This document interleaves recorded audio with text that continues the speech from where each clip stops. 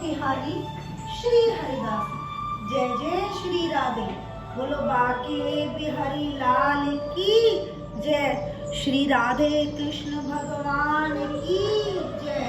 जय जय श्री राधे। आज हम गीता के 15वें अध्याय के महात्म्य का वर्णन करेंगे और उसके बाद गीता के 15वें अध्याय का पाठ करेंगे। बोलो बाके बिहारी लाल की जय। कुंज बिहारी श्री हरिदास।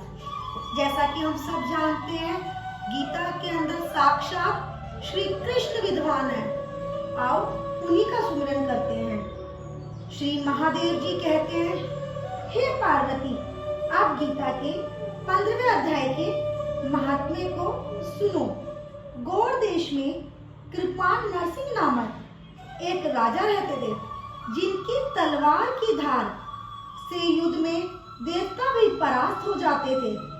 उनका बुद्धिमान सेनापति शस्त्र और शास्त्र की कलाओं का भंडार था। उसका नाम था सर्वभौम। उसकी भुजाओं में प्रचंड बल था।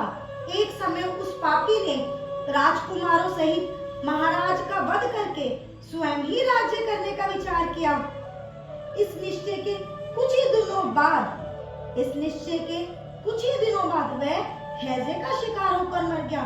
थोड़े समय में वह पाप आत्मा अपने पूर्व कर्म के कारण सिंधु देश में एक तेजस्वी घोड़ा हुआ। उसका पेट सटा हुआ था। घोड़े के लक्षणों का ठीक ठीक ज्ञान रखने वाली किसी वैश्य के पुत्र ने उसे बहुत सा मूल्य देकर उस अश्व को खरीद लिया और यत्न के साथ उसे राजधानी तक वह ले आया। वैश्य कुमार वह अश्व राजा को देने को लाया था।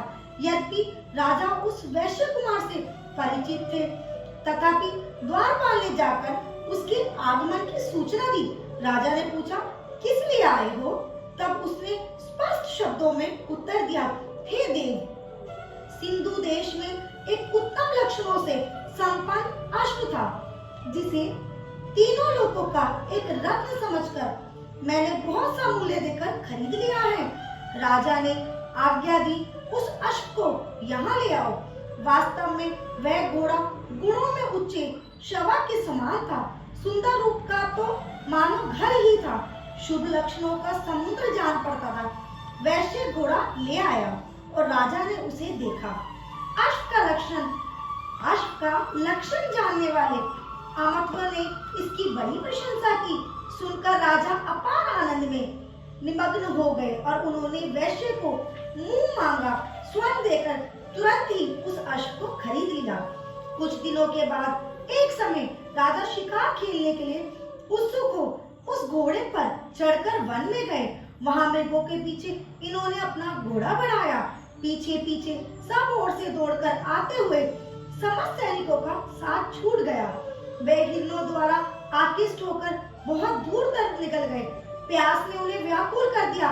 तब वे घोड़े से उतरकर जल की खोज करने लगे। घोड़ों को तो उन्होंने वृक्ष की डाली में बांध दिया और स्वयं एक चट्टान पर चढ़ने लगे। कुछ दूर जाने पर उन्होंने देखा कि एक पत्ते का टुकड़ा हवा से उड़कर शिला खंड पर गिरा है। उसमें गीता के 15वें अध्याय का आधा श्लोक लिखा हुआ था। राजा उसे बांचने लगा। उनके मुख से गीता के अक्षर सुनकर घोड़ा तुरंत गिर पड़ा और अश्व शरीर को छोड़कर तुरंत ही दिव्य विमान पर बैठकर वह स्वर्ग को चला गया। तत्पश्चात राजा ने पहाड़ पर चढ़कर एक उत्तम आश्रम देखा, जहां नाग केशर केले, आम और नारियल के वृक्ष लहरा रहे थे। आश्रम के भीतर एक ब्राह्मण बैठे हुए थे, जो संसार की वासनाओं से मुक्त थे। राजा ने उन्हें प्रणाम करके बड़ी भक्ति के साथ पूछा, ब्राह्मण, मेरा अश्व जो अभी अभी स्वर्ग को चला गया है, उसमें क्या कारण है? राजा की बात सुनकर त्रिकालदर्शी मंत्रवेता एवं महापुरुषों में श्रेष्ठ विष्णु शर्मा नामक ब्राह्मण ने कहा, हे राजन, पूर्व काल में तुम्हारे यहाँ जो सरप मैरुंड नामक सेनापति था, वह तुम्हें पुत्रों सहित मारकर स्वयं राज्य हड़प लेने को तैयार था। इस बीच में हैजे का शिकार होकर वह मृत्यु को प्राप्त हो गया। उसके बाद वह उसी पाप से घोड़ा हुआ था। यहाँ कई गीता के 15वें अध्याय का आधा श्लोक लिख मिल गया था, उसे ही तुमने बांटने लगे, उसी तुमने बोला, उसी को तुम्हारे मुख से सुनकर वह अश्व स्वर्ग को प्राप्त हुआ है।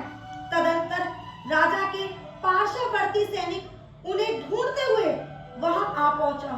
उन सब के साथ ब्राह्मण को प्रणाम करके राजा प्रसन्नता पूर्वक वहां से चले और गीता के 15वें अध्याय के श्लोक अक्षरों से अंकित उस पत्र को बाँच कर प्रसन्न होने लगे। उनके नेत्र हर्ष से खिल उठे थे। घर आकर उन्होंने मंत्रवेता मंत्रियों के साथ अपने पुत्र सिंहबल को राज्य सिंहासन पर अभिव्यक्त किया और स्वयं 15वें अध्याय के जब से विशुद्ध चित्त होकर मोक्ष प्राप्त कर लिया। बोलो बाके बिहारी लाल की जय। कुंज बिहारी श्री हरदास। 5वें अध्याय का महात्म्य संपूर्ण हुआ।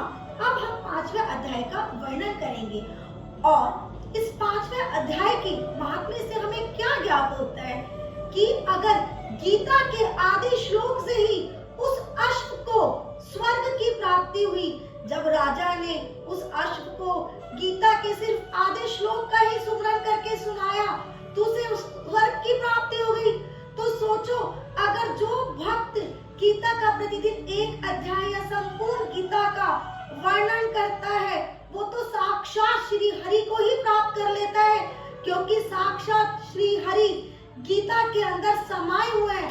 बोलो बाके बिहारी लाल की जय। कुंज बिहारी श्री हरिदास।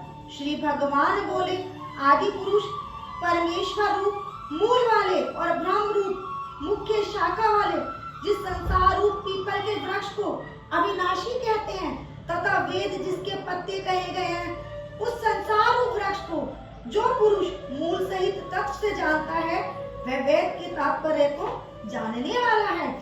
उस संसार वृक्ष की तीनों गुणों रूप जल के द्वारा बढ़ी हुई विषय भोग रूप कोपों वाली देव मनुष्य और त्रियक आदि योनि रूप शाखाएं नीचे ऊपर और सर्वत्र फैली हुई है तथा मनुष्य लोक में कर्मों के अनुसार बांधने वाली अहता ममता और वासना रूप जड़ें भी नीचे और ऊपर सभी लोकों में व्याप्त हो रही हैं। इस संसार वृक्ष का स्वरूप जैसा कहा है वैसा यहाँ विचार काल में नहीं पाया जाता, क्योंकि ना तो इसका आदि है और ना अंत है, ना इसकी अच्छी प्रकार से स्थिति है। इसलिए इसे अहता ममता वासना रूप अति दृढ़ मूलों वाले संसार रूप पीपल के वृक्ष को वैराग्य रूप शस्त्र द्वारा काटकर उसके पश्चात उस परम पद रूप परमेश्वर को भली भांति खोजना चाहिए, जिसमें गए हुए पुरुष फिर लौटकर संसार में नहीं आते। जिस परमेश्वर से इस पुरातन संसार वृक्ष की प्रवृत्ति विस्तार को प्राप्त हुई है, उसी आदि पुरुष नारायण के मैं शरण में हूँ। इस प्रकार दृढ़ निश्चय करके उस परमेश्वर का मनन निधि ध्यान सन करना चाहिए, जिसका मान और मोह नष्ट हो गया हो, जिन्होंने आसक्ति रूप दोष को जीत लिया है, जिनकी परमात्मा के स्वरूप में नित्य स्थिति है और जिनकी कामनाएं पूर्ण रूप से नष्ट हो गई है, वे सुख दुख नामक द्वंद्वों से विमुक्त ज्ञानी जन उस अविनाशी परम पद को प्राप्त होते हैं। जिस परम पद को प्राप्त होकर मनुष्य लौटकर संसार में नहीं आते, उस स्वयं प्रकाश परम पद को न सूर्य प्रकाशित कर सकता है, न चंद्रमा और न अग्नि ही। वही मेरा परम धाम है। इस देह में यह सनातन जीवात्मा मेरा ही अंश है और वही इस प्रकृति में स्थित मन और 5 इंद्रियों को आकर्षित करता है। वायु गंध के स्थान से गंध को जैसे ग्रहण कर ले जाता है, वैसे ही देहादि का स्वामी जीवात्मा भी जिस शरीर का त्याग करता है, उससे इस मन सहित इंद्रियों को ग्रहण करके फिर जिस शरीर को प्राप्त होता है उसमें जाता है। यह जीवात्मा श्रोत्र चक्षु और त्वचा को तथा रसना ध्यान और मन को आश्रय करके अर्थात इन सबके सहारे से ही विषयों का सेवन करता है। शरीर को छोड़कर जाते हुए को अथवा शरीर में स्थित हुए को अथवा विषयों को भोगते हुए को, इस प्रकार तीनों गुणों से युक्त हुए को भी अज्ञानी जन नहीं जानते।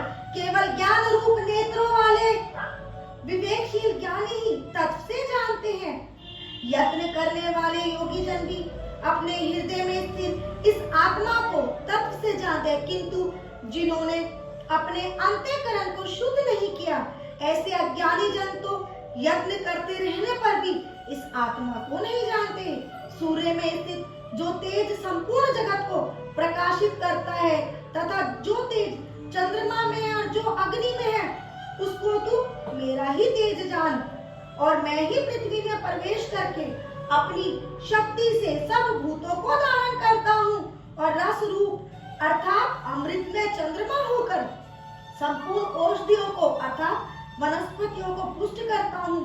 मैं ही सब प्राणियों के शरीर में स्थिर रहने वाला प्राण और अपान से संयुक्त वैश्वानर अग्नि रूप होकर 4 प्रकार के अन्न को पचाता हूँ।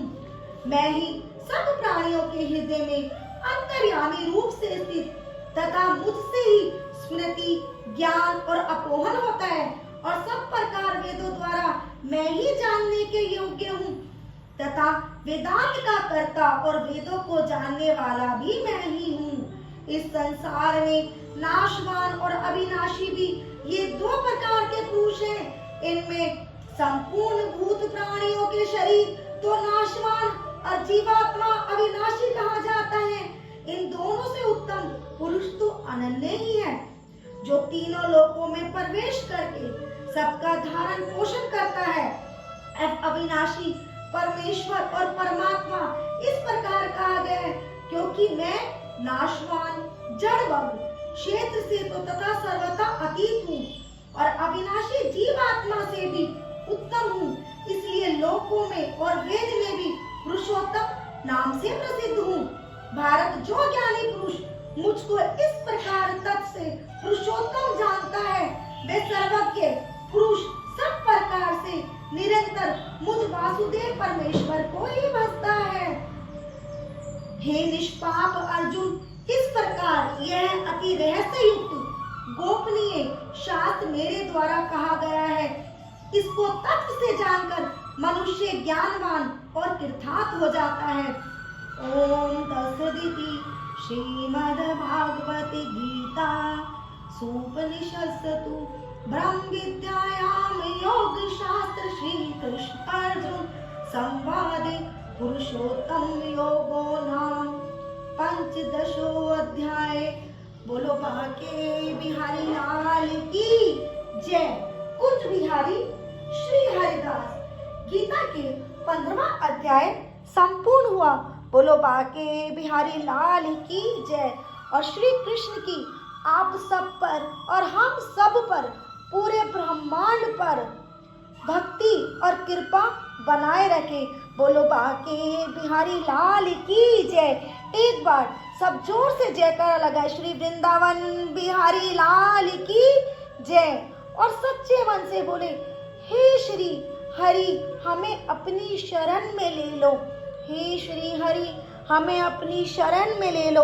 राधे राधे राधे राधे।